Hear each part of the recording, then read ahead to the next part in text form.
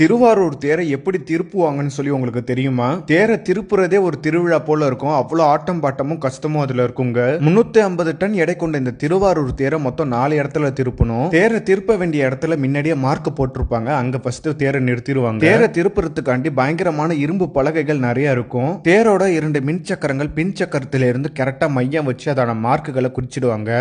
Mark பண்ண இடத்துல கரெக்டா இரும்பு பலகையை போட்டுட்டு அதுக்கு மேலதான் தேரை திருப்புற போல பிளான் பண்ணுவாங்க. இதை செய்யறதுக்கு அங்க நிறைய டீம் இருக்காங்க. இவங்க எல்லாருமே திருவாரூர் மண்காரங்க. ஒரு ஆன்மீகமான தேரை அறிவியல் முறைப்படி இங்க செய்யறத நீங்க பார்க்கலாம். இந்த திருவாரூர் தேரை கூட நிறைய பேர் பார்த்திருப்பீங்க. ஆனா இந்த காட்சியை யாருமே பார்த்திருக்க மாட்டீங்க. அதால வீடியோ பார்க்கறவங்க எல்லாருக்குமே ஷேர் பண்ணி விடுங்க. தேர் இப்ப வலதுபுறமா தான் திரும்பி நிறுத்தணும். அதனால இடதுபுற மின் சக்கரத்திலையும் வலதுபுற மின் சக்கரத்திலையும் தான் இந்த பலகை போடுவாங்க. இந்த இரும்பு பலகையில அரைவட்டமா தான் வைப்பாங்க. ஒரு பலகை மீது இன்னொரு பலகை இருக்கும். இதெல்லாம் கரெக்டா கண்காணித்து சரியா பண்ணணும். இல்லைன்னா கொஞ்சம் சொதப்பிடும். ஒவ்வொரு வளைவிலையும் அரை மணி நேரத்துல இருந்து 1 மணி நேரம் வரை இந்த வேலை செய்ய ஆகலாம். இப்ப பலகையை சரியா பண்ணிட்டாங்க. இப்ப தப்பு அடிச்சு அந்த பலகை மேல தேரை கரெக்டா நிறுத்தணும். தேரை இரும்பு பலகை மேல நிறுத்தி முட்டுக்கட்டை போட்டுட்டாங்க. இப்ப வடத்தை எல்லாம் வலது பக்கமா எடுத்துட்டு போகணும். இந்த திருவாரூர் வடம் மொத்தம் 4ங்க. ஒவ்வொரு வடத்திலையும் 500 இருந்து 1000 மக்கள் தேர் இழுப்பாங்க.